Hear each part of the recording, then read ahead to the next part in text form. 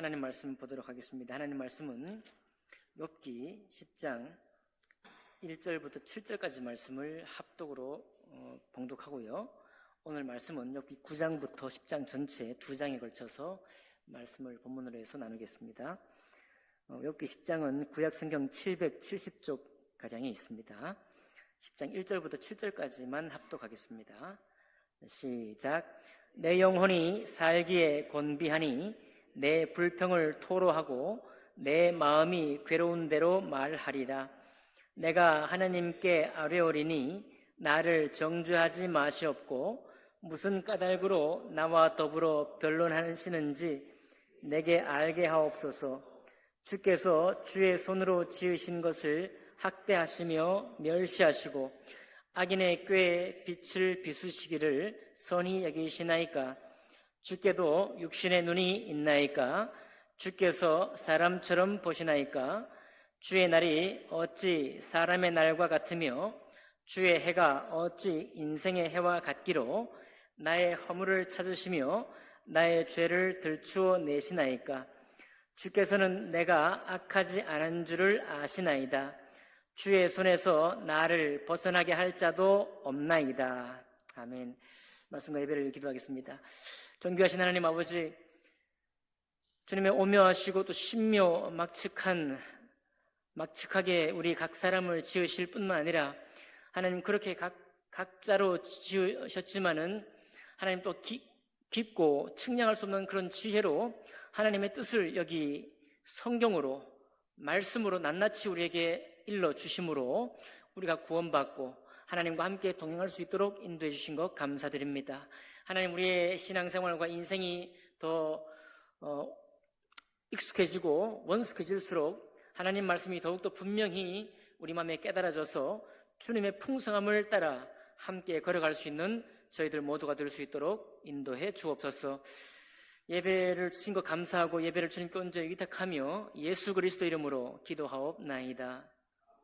아멘. 네, 오늘 욥기 9장과 10장 전체를 통해서 주께서 사람처럼 보시나이까? 라는 제목으로 하나님의 말씀 나누겠습니다. 이 욥기 전체를 통해서 우리가 욥에게 대해서 놀라는 것이 크게 두 가지 있습니다. 첫 번째는 욥은 하나님이 어떤 분이시라는 것을 정말 잘 알고 있고 하나님의 그 크심도 너무나 잘 알고 있습니다. 그런데 그럼에도 불구하고 욥은 자기의 그 신앙생활과 자기의 삶을 통해서 내가 하나님 앞에 범죄하지 않았다라고 하는 확신도 얼마나 강한지 모릅니다. 우리가 이것을 직접 적용하려면은 여러분과 저는 예수 그리스도를 의지해야 합니다. 우리는 예수 그리스도께서 우리를 용서하실 때 그 모든 낱낱의 죄악을 용서하시고 깨끗게 하셨습니다. 여러분, 이것을 우리가 진실로 믿는 믿음이 우리에게 필요해요. 우리가 좀 잘못했다고 이거 내 사람의 연약한 한계 때문에 누가 이 한계를 벗어날 수 있으랴 이렇게 말하는 것은 마치 5달란트를 하나님께 받았는데 5달란트를 이문을 남길 도전을 하지 못하고 2달란트 받았는데 2달란트 남길 도전을 하지 못하고 1달란트 받았지만은 내가 가진 이 1달란트에 대해서 내가 뭔가를 할 때 주님이 얼마나 무서운 분이셔서 이 한 달란트마저 이제 1억 빼앗길까봐 걱정하면서 아무 일도 못하는 그 악한 종과 같이 되는 거예요. 우리가 우리 죄, 나의 잘못과 나의 이전의 어떤 죄악된 생각, 그리고 지금도 여전히 있는 나의 부족함에 너무나 매여 있다고 한다면 그 삶은 주님께로부터 자유한 게 아니에요. 주님께로부터 자유를 얻은 삶이 아닙니다. 그건 나에게 대해서 개인적으로 나의 성품에 대해서는 솔직한 고백일지는 몰라도 예수 그리스도 앞에 솔직한 고백이 아니에요. 예수 그리스도 앞에 우리의 솔직한 고백은 주님, 나의 죄를 용서해 주셔서 감사합니다입니다. 거기서 시작하는 거예요. 그래서 욥은 예수 그리스도를 만나지도 못했지만은 하나님께서 욥을 온전하고 정직하다고 이미 인정하셨기 때문에 구원받은 백성과 똑같은 상태가 되는 거예요. 예. 그래서 이렇게 이해를 해야만 욥기를 이해할 수 있습니다.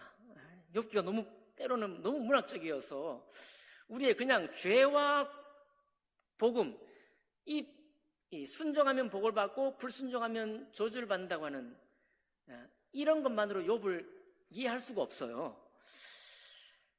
자, 어쨌든 여러분과 저의 죄가 주님 앞에 모두 씻김 받았습니다.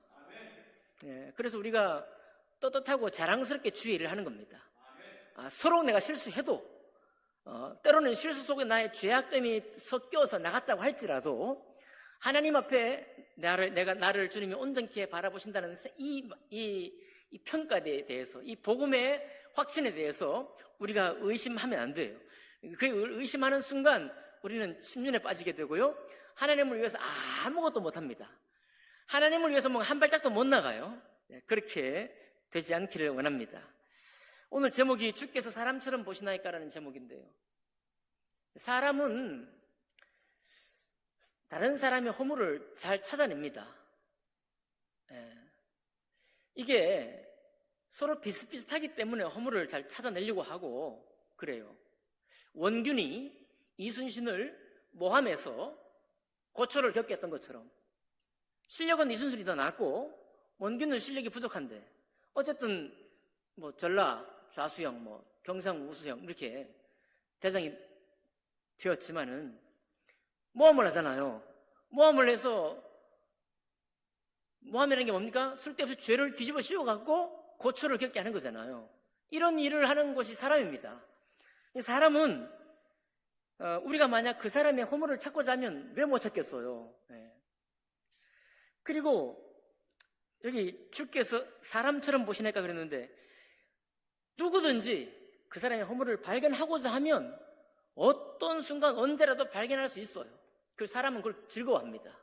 우리 사람은요, 육체의 사람은 다른 사람의 잘못을 보고 혹은 그가 잘못하는 걸 보고 오히려 기뻐해요. 왜냐하면 왜 기뻐하는가 하면요, 그 사람의, 나보다 더 나은 사람의 잘못을 내가 찾고 난 후에 내가 기뻐하는 것은 내가 그 사람처럼 더 많은 수고를 하지 않아도 되기 때문에요. 저렇게 나보다 뛰어난 사람도 이 허물을 가지고 있는데 내가 뭐 대단한 사람이라고 내가 하나님 앞에 의로운 삶을 살 이유가 뭐냐? 라고 오히려 우리 자신을 접어버리는 거죠. 그러니까 다른 사람의 허물을 찾기를 좋아하는 사람의 그 마음의 본성이 뭐냐면, 나는 많은 사람의 허물을 찾아서 나 역시 하나님의 나를 사랑하시고 호의를 주셔서 나로 하여금 주님의 선한 길로 가는 그 걸음을 내가 걷지 않겠다는 겁니다. 그것 때문에 허물을 찾는 거예요, 사실. 사람이 그렇게 하는 것입니다. 여러분, 우리가 율법의 체질인데요, 우리 체질이 원래 율법 체질이니까 만약에 다른 사람의 허물이 자주 보이고 그 허물에 우리 자신이 얽매여 있다, 그러면 이 영적인 문제가 온 겁니다. 영적인 문제가 온 거예요. 그 말은, 주님, 나는 주님 앞에 성장하기 싫습니다, 그 말과 똑같아요. 주님, 나는 지금까지 섬겼던 신앙생활보다 더 나아지고 싶지 않습니다, 그런 말과 같다니까요. 그 허물을 찾는 순간 자기도 시험에 빠지고 자기도 더 나은 삶을 살기를 원치 않게 되니까요. 욥은 여러분 그렇지 않았습니다. 욥은 그렇지 않았어요. 지난주에 빌닷이, 네 자녀들이 죄를 지었기 때문에 너도 하나님 앞에 심판받고 그 자녀들도 복구할 수 없는 죽음에 떨어진 게 아니냐라고 이렇게 지적을 했죠. 그러니까 욥이 빌닷보다 더 나가버려요. 9장 2절 잠깐 보겠습니다. 욥이 대답하여 이르되 진실로 내가 이 일이 그럴 줄 알거니와 인생이 어찌 하나님 앞에 의로우랴. 자, 욥의 친구 엘리바스도 그렇고 빌닷도 그렇고 인생이 어찌 하나님 앞에 의로우랴, 하나님 앞에 의로운 인생은 아무도 없다, 이것을 확신 있게 보고 있죠. 그렇죠? 욥이 한술 더 뜨는 거예요. 그렇지, 인생이 어찌 하나님 앞에 의롭겠느냐. 사람이 하나님께 변론하기를 좋아할지라도 첫마디에 한마디도 대답하지 못할 거야. 예. 누구든지 하나님 앞에 할 말이 없다 이거예요. 할 말이 없다. 그는 마음이 지혜로우시고 힘이 강하시니 그를 거슬러 스스로 완악하게 행하고도 형통할 자가 누구겠느냐. 그러니까 누구든지 하나님 앞에는 의롭다함을 받을 자가 없다라고 말합니다. 이거 약간 비아냥거리면서 하는 얘기예요. 이거 진실로 들으면 안 됩니다. 욥이 진정을 하는 얘기가 아니고, 맞다, 그렇지, 우리가 하나님 앞에 어떻게 의롭겠느냐라고 하면서, 그 다음 우리 9장 7절부터 10절까지 가면 이 엄청난 하나님이 만약에 포렌식으로 말이죠, 디지털 포렌식이란 말 요즘 자주 나오죠. 휴대전화를 감식하는 게 포렌식인데요, 정보를 다 지워도 복구를 할 수 있대잖아요. 그죠? 다 지워도 복구 다 해가지고 이 변조의 혐의를 다 찾아냅니다. 하나님이 별도 만드시고 어려운 자리도 만드시고 사람이 범접할 수 없는 북극성도 만드시고 수많은 이 별을 만드실 이렇게 어마어마한 분이신데, 그분이 우리를 속을 들여다본다고 한다면 누가 그분 앞에 의롭겠느냐 이렇게 말합니다. 그런데 한참 그렇게 빌닷의 견해에 동조하는 것처럼 얘기하다가 15절 한번 볼까요? 9장 15절 이렇게 말합니다. 가령 내가 의로울지라도 대답하지 못하겠고 나를 심판하실 그에게 간구할 뿐이며 라고 말합니다. 여기 또 등장해요. 좀 전에는 뭐라고 했습니까? 인생이 어찌 하나님 앞에 의로운 사람이 있겠느냐, 하나님 앞에 죄 없다고 말할 사람이 누가 있겠느냐라고 말해놓고서 15절 가니까 이제 말합니다. 가령 내가 의로울지라도 대답하지 못하겠고 나를 심판하실 그에게 간구할 뿐이다 라고 말합니다. 여기서 시작하는 게 뭐냐면 욥은 자기가 의롭다는 거예요. 이 욥의 입장입니다. 그리고 하나님도 욥을 인정하신 입장이죠. 욥은 자기가 의롭다는 거예요. 내가 의롭다고 할지라도 내가 대답 못하겠다. 그리고 내가 의로운데 하나님이 나를 심판하신다면 내가 할 수 있는 일이 뭐겠느냐라고 말합니다. 이 말은 욥이 의로운데 하나님이 까닭 없이 지금 징계를 했잖아요.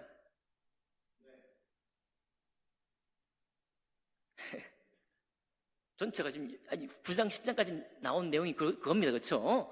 욥이 의로웠는데 하나님은 욥이 범죄했기 때문에 지금 징계를 주신 것이 아니라 의로운데 지금 징계를 주셨잖아요.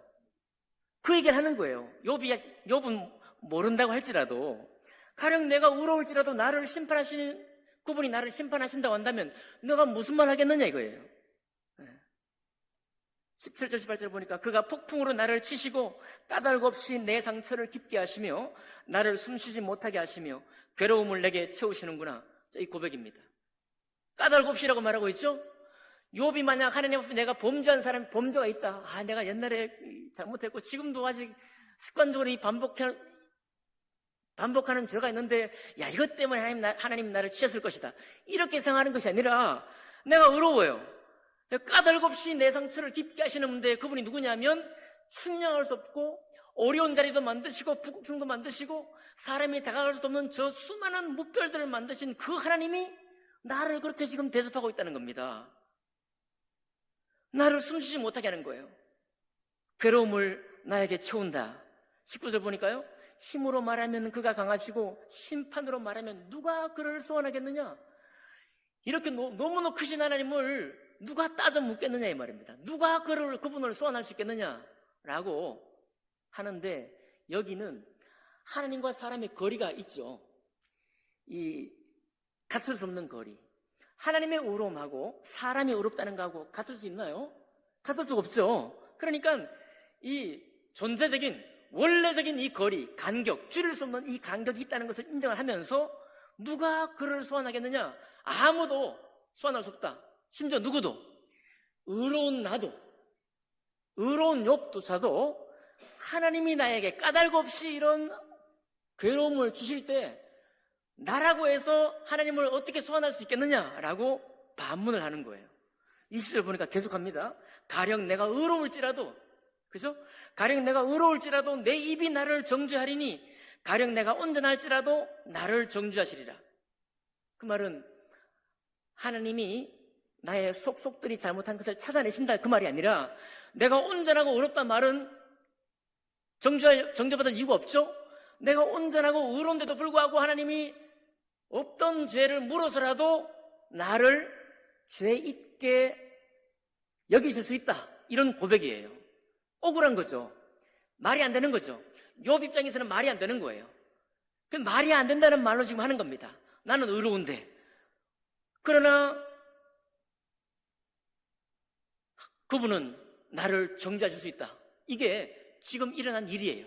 욥에게 일어난 일을 지금 욥이 당황스러워하면서 놀라하면서 이렇게 반문하는 겁니다. 21절에 또 하고 있죠. 나는 온전하다마는 욥이 계속 말하는 거예요. 나는 온전합니다. 나는 의로워요. 나는 온전한데 그러나 이제 난 모르겠습니다. 얘기하는 거예요. 왜 온전한 나에게 이런 일이 생겼는지 나는 이제 모르겠습니다. 라고 말을 하고 있습니다. 그러면서 22절에 중간결론, 욥이 내린 중간결론이 뭐냐면 일은 다 같은 것이라 그러므로 나는 말하기를 하나님이 온전한 자나 악한 자나 다 멸망시킨다 한다. 이거예요. 욥의 중간결론입니다. 하나님은 악한 자만 멸망시키는 것이 아니고 온전한 자도 멸망시키는 분이시구나. 이게 욥의 중간결론이에요. 이것을 받아들였다는 말이 아니라 불편해요. 왜냐? 지금 너무 고통스러우니까. 괴롭고 슬프고 막 너무 분노가 나는데 중간에 이렇게라도 결론을 내릴 수밖에 없는 거예요. 아, 하나님은 죄 있는 사람만 그 죄를 물어서 징계하거나 심판하는 것이 아니라 죄 없는 사람도 심판하시고 징계하는구나. 이렇게 깨달은 것입니다.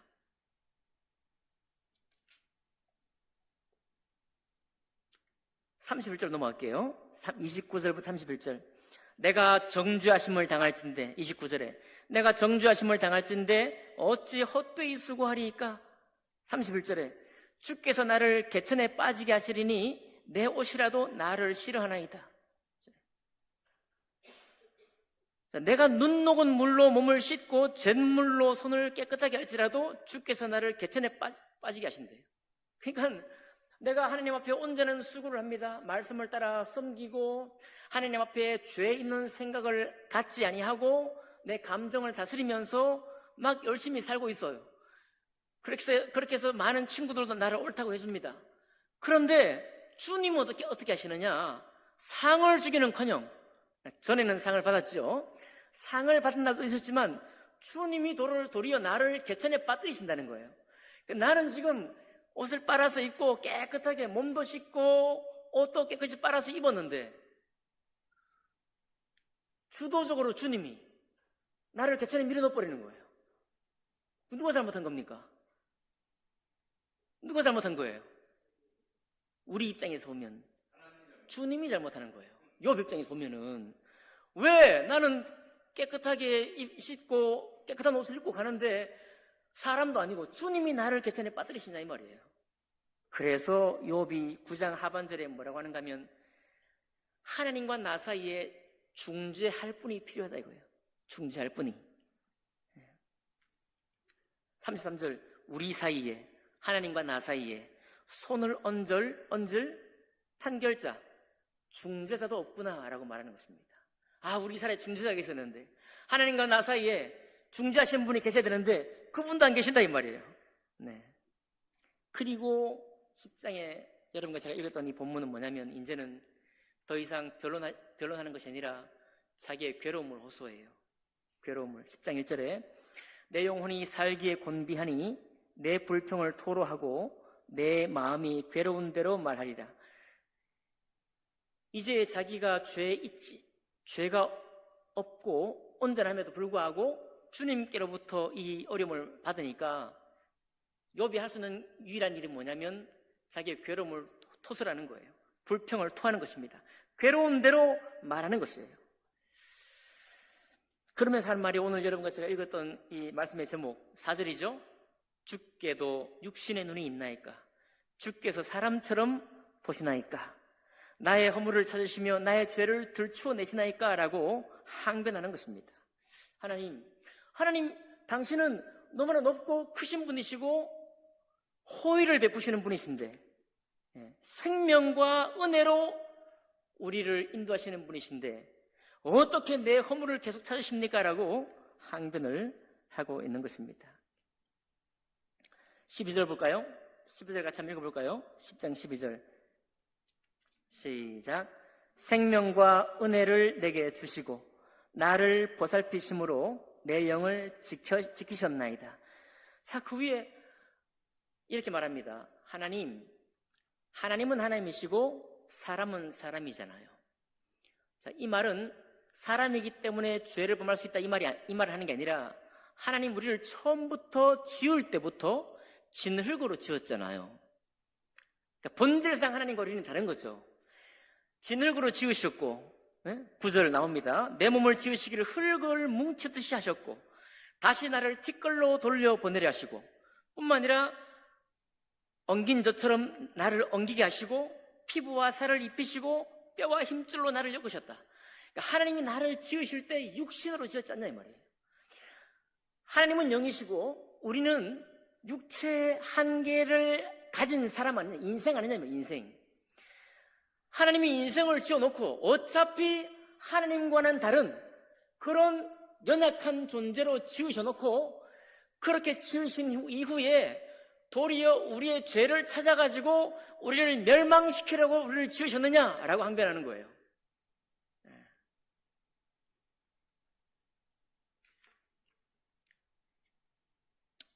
좀 힘드십니까? 왜 우리를 멸망시키려고 지으셨느냐 그 말이에요.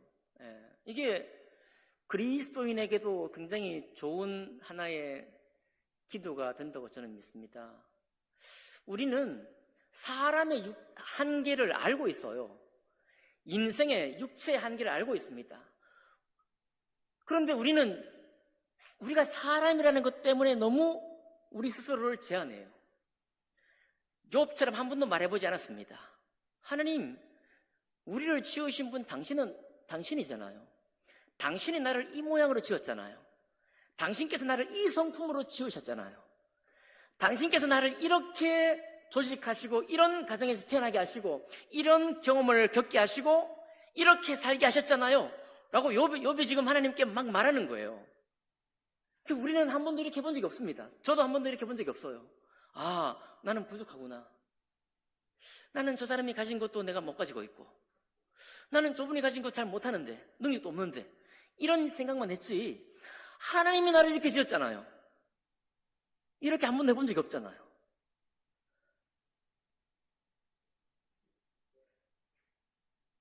그쵸? 이건 내 부족이야.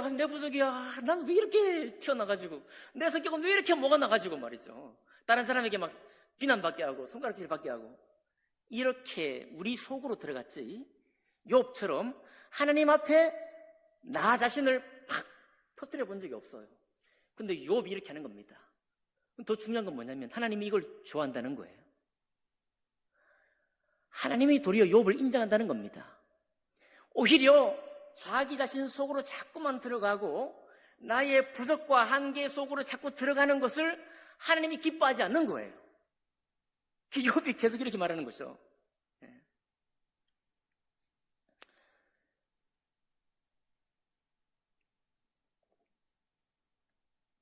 18절 되어 있죠? 주께서 나를 태에서 나오게 하셨으면 어찌니 함이니까 그렇지 아니하셨더라면 내가 기운이 끊어져 아무 눈에도 보이지 아니하였을 것이라.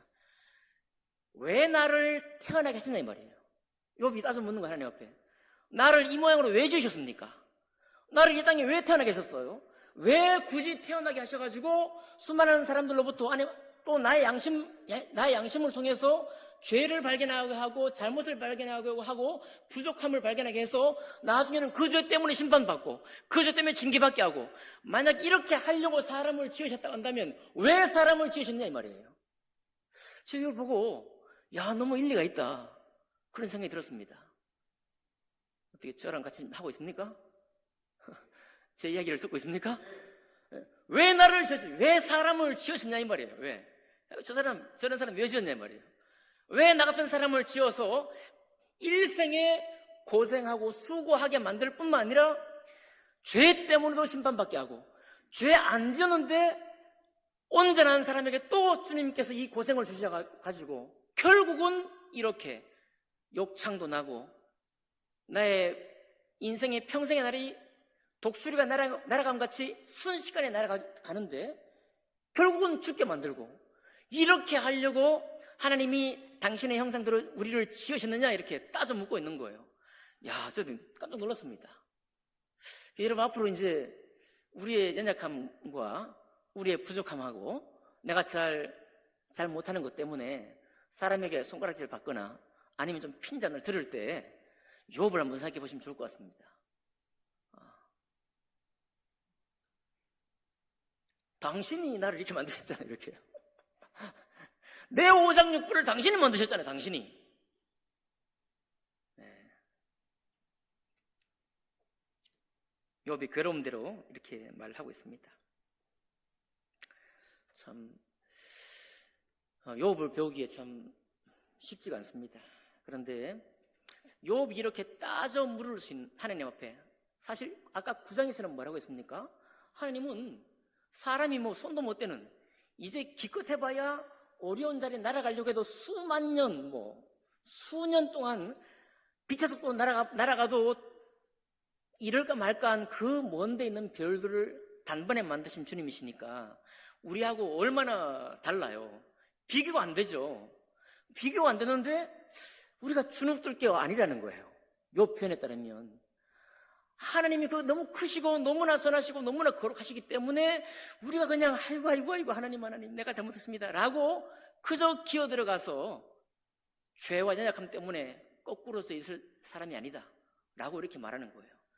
참 너무 대단한 것 같습니다. 물론 욥은 신앙생활 할 때 온전하게 살려고 애를 썼어요. 그런 사람이 오히려 이렇게 고백할 수 있죠. 제가 늘 말씀드리지만 공부를 한 사람이 공부를 해야 할 것이 있다는 것을 압니다. 안 하면 뭘 알고 있는지 뭘 모르는 건지 모르죠. 욥은 하나님 말씀을 정말 기꺼이 순종하려고 애를 썼습니다.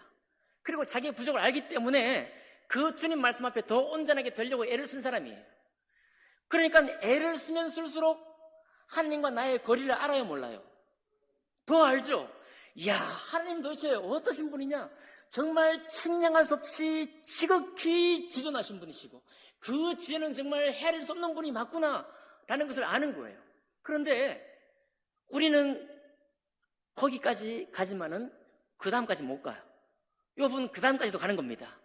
그렇게 측량할 수 없는 거룩하신 분이 맞는데, 그렇게 거룩하신 분이 나를 지으셨을 때는, 여러분과 저를 지으셨을 때는, 여러분과 저를 당신의 형상대로 지으셨을 때는, 당신의 형상대로 지으실 뿐만 아니라 각 사람의 성품과 기질대로 지으셨을 때에는 그 나름의 하나님 앞에 온전케 쓰임받기 위해서 쓰임받도록 지으셨다는 거예요. 그리고 나의 근본적인 부족함, 성품적인 부족함은 내 탓이 아닌 거예요. 그건 오히려 하나님 앞에 온전하게 쓰일 수 있는 하나의 계기가 될 수 있고 좋은 기회가 되지, 그것 때문에 자꾸만 우리 스스로를 치고 내가 어떻게 죄 없다고 말할 수 있겠느냐 라고 하는 식으로 거꾸로 들어가면 안 된다는 것입니다. 그렇게 한 사람이 욥의 친구예요. 엘리바스와 빌닷이고, 오늘날 예수 믿는 사람들 중에 많은 사람들이 자꾸 우리의 연약함을 고백을 하고 우리의 부족함을 고백을 하면서 거기에서 그치는 거예요. 여러분, 하나님은 사람이 아닙니다. 사람은 허물을 덜추어내고 함께 부족하다고 말하려고 하고, 우리가 사람인데 우리가 해서 뭐 하겠느냐라고 말하려고 하는 사람들이지만 하나님은 그러신 분이 아닙니다. 하나님은 12절에 보는 것처럼 생명과 호의, 은혜를 우리에게 주시는 분이에요. 우리 한계 있는 육체를 가지고 지적질하려고 우리를 만드신 분이 아니고 한계를 통해서 우리 자신의 모든 성품과 기질을 통해서 주님과 함께 일하기 원하시는 분이 우리 하나님이십니다. 그것을 욥은 깨닫고 있는 거예요. 너무 구약시대지만은 욥기를 통해서 욥은 그것을 너무 잘 알고 있는 것입니다. 그러니까 심지어 하나님 앞에 따져 묻기도 하는 거예요. 이렇게 우리도 못하는 건 아닙니다. 하나님 나한테 왜 이러십니까? 우리가 보통 그런 얘기를 하죠. 저한테 왜 이러십니까? 왜 다른 사람은 고만고만한 잘 사는데 왜 나만 이렇게 힘들게 하십니까? 왜 나에게만 이렇게 연거푸 어려운 일을 주십니까? 라고 할 때도 있죠. 그런 고백과도 비슷하리라 생각을 합니다. 여러분, 오늘 욥기 9장 10장을 보았습니다. 두 가지입니다. 하나님은 진실로 거룩하시고 사람과 비교할 수 없는 거룩한 존재이십니다. 그런데 그 하나님이 우리를 육체의 한계, 몸의 한계, 성품의 한계, 기질의 한계, 연약함의 한계를 가지고 우리를 지으셨어요. 그런데 그 자체가 우리가 주님 앞에 부족하다, 실수했다, 잘못했다, 범죄했다, 나는 의롭지 못하다 라고 고백할 수 있는 이유가 되지 못하는 거예요. 여러분, 그러니까 우리가 우리 자신대로 지어졌다는 사실에 대해서 주님 앞에 감사합시다. 그리고 나의 성격적인 결함 때문에, 나의 기질적인 결함 때문에 다른 사람에게 지적받을 때, 지적을 변명하라 그 말이 아니라 그 지적받을 때 인정을 하면 되는데, 인정하더라도 거기에 사로잡힐 필요가 없습니다. 내가 거기에 주님 앞에 온전하다고 한다면 지적은 받더라도 나는 주님 앞에 떳떳하게 앞으로 나가면 되는 거예요. 욥을 통해서 배울 수 있는 교훈입니다.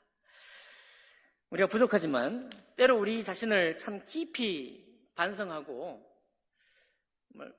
하나님께서 우리를 우울하게 만들 때 옛날 일까지 들춰내면서 우리 스스로 자괴감에 빠질 때가 많이 있죠. 그러나 욥은 그렇게 하지 않고 오히려 당당하게 주님 앞에 따져 묻고 주님 앞에 도전하고, 주님, 내가 이렇게 주님께 드리고 살았는데 나를 이렇게 대하실 수 있습니까? 라고 항변하고, 하나님과 나 사이에 중재자가 있으면 좋겠다라고 따져 묻는 그런 적극적이고 능동적인 그런 신앙이 되기를 원합니다. 이런 은혜가 여러분과 저에게 있기를 주님 이름으로 축복합니다. 기도하겠습니다.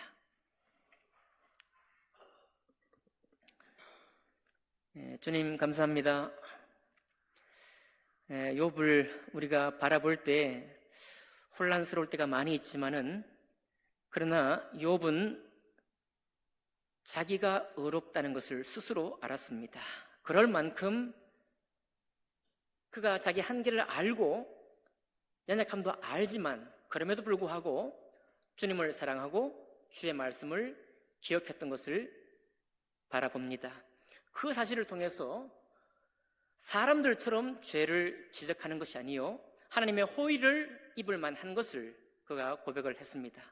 그러나 또한 그럴 만한 신앙생활을 하면서도 불의에 어떤 연유로 찾아온 것인지 알지 모를 그런 어려움과 힘겨움이 있다고 했을 때 아버지 하나님, 욥처럼 주님 앞에 항변하고 주님 앞에 그 답변을 구할 수 있는 그런 저희들 신앙이 될 수 있도록 도와주심으로 우리의 하루하루의 삶과 남아있는 신앙 여정 가운데에서 주님 앞에 더욱더 달려나가고 주님 말씀을 내 삶 속에 적용하는데 더 능동적인 신앙이 될 수 있도록 축복해 주시옵소서.